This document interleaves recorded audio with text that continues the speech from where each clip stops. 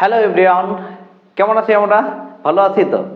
আশা করছি ভালো আছি। বন্ধুরা, আজকে আমরা যে টপিক নিয়ে আলোচনা করতে যাচ্ছি সেটি অবশ্যই একটি গুরুত্বপূর্ণ টপিক। এই মার্কটি আমাদের কমন পাওয়া প্রত্যেকটি স্টুডেন্টের জন্য অত্যন্ত গুরুত্বপূর্ণ।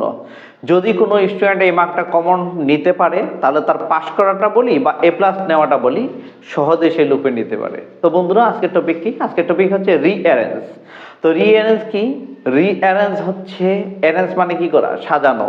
আর রিঅ্যারেঞ্জ কথাটার অর্থ হচ্ছে রি মানে পুনরায়, অর্থাৎ পুনরায় সাজানো, পুনরায় সজ্জিত করা। তাহলে আমরা আমাদেরকে কি কাজ করব?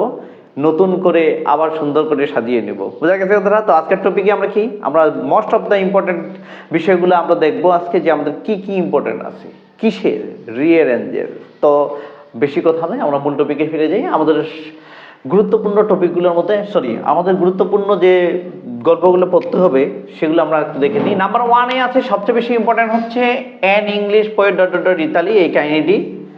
নাম্বার 2 ইম্পর্টেন্ট হচ্ছে কাজী নজরুল ইসলামের গল্পটি। নাম্বার 3 হচ্ছে সুলতান। নাম্বার 4 হচ্ছে important Nelson Mandela. Number 5 important হচ্ছে এ ফক্স গ্রেপস, অর্থাৎ কি, আঙ্গুর ফল টক, এই গল্পটি, grapes are sour. Number 6 important হচ্ছে নেপোলিয়ন। নাম্বার 7 হচ্ছে লেট টিচারের কাহিনীটি। নাম্বার 8 হচ্ছে this is none to AI, প্রথম সেন্টেন্সটা দিয়ে সেন্টেন্স হিসেবে দিছি, মূল কথা হলো এআই এর গল্পটি। তো বন্ধুরা, আশা করা যায় বোঝা যাচ্ছে। নাম্বার 9 ইম্পর্টেন্ট হচ্ছে এ কুক এ মাস্টার, অর্থাৎ রোস্টের কাহিনীটি, হাঁসের যে রোস্ট। নাম্বার 10 হচ্ছে কি, জিম অ্যান্ড ডেলার গল্পটি। পরবর্তী দেখি আমাদের নাম্বার 11 ইম্পর্টেন্ট হচ্ছে মাদার তেরেসা। নাম্বার 12 হচ্ছে এ ক্রো এ স্নেক, অর্থাৎ ক্রো এবং দ্য ক্রো অ্যান্ড দ্য স্নেকের যে গল্পটি আছে সেটি। নাম্বার 13 ইম্পর্টেন্ট হচ্ছে rich man's house lost necklace, ওই যে বড় লোকের বাড়ি থেকে একটা হার হারিয়ে গিয়েছিল, অথবা এইটা যদি একটু ইয়ে করে সেটা দেখবা যে পার্স হারিয়ে যাওয়া দিতে পারে, তোমরা একটু বুঝে নিবা। নাম্বার 14 ইম্পর্টেন্ট হচ্ছে এ থার্স্টি ক্রো। নাম্বার 15 ইম্পর্টেন্ট হচ্ছে অ্যাস্ট্রোলগারের কাহিনীটি। নাম্বার 16 হচ্ছে আবু বিন আদহেমের গল্পটি। নাম্বার 17 হচ্ছে Thomas Alva Edison. Number 18 important হচ্ছে হুইটসেলার অ্যান্ড গ্রোসা। নাম্বার 19 হচ্ছে শেখ সাদি। নাম্বার 20 হচ্ছে হজার গল্পটি, এবং নাম্বার 21 হচ্ছে এ ফার্মার ক্রপস। নাম্বার 22 হচ্ছে হাজি মোহাম্মদ মহসিনের গল্পটি।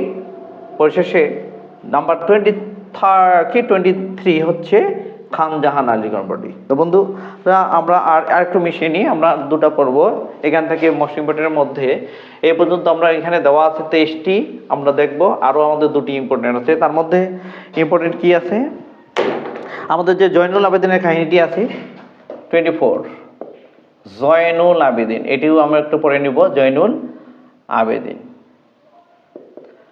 এবং নাম্বার 24 হবে বন্ধুরা, এটা নাম্বার কি 24, এবং নাম্বার 25 হচ্ছে কি আমাদের কোন গল্পটি, এরিস্টটলের যে গল্পটি আছে সেটি আমরা একটু পড়ে নেব।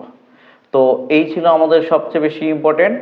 যারা ফার্স্ট ইয়ারে আসো তারা অবশ্যই ডেসক্রিপশন বক্সে কিছু দিব, যেহেতু আমাদের হাতে যথেষ্ট সময় আছে, অতএব তোমরা একটু ফার্স্ট ইয়ারে যারা আছো তারা ওই ডেসক্রিপশন বক্সে যেগুলো আছে সেগুলো সব পড়ে নিবা।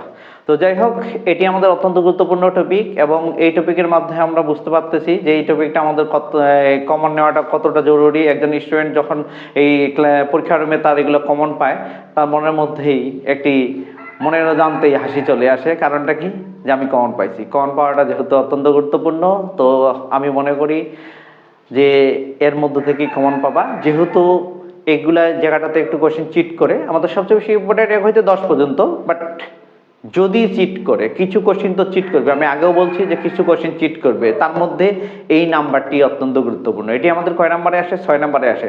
নিশ্চিত থাকো এই কোশ্চেনটা চিট হওয়ার সম্ভাবনা আছে, সুতরাং একটু এটা বেশি বেশি পড়বা। এই পর্যন্তই, ভালো থেকো, ভালো রেখো, ধন্যবাদ।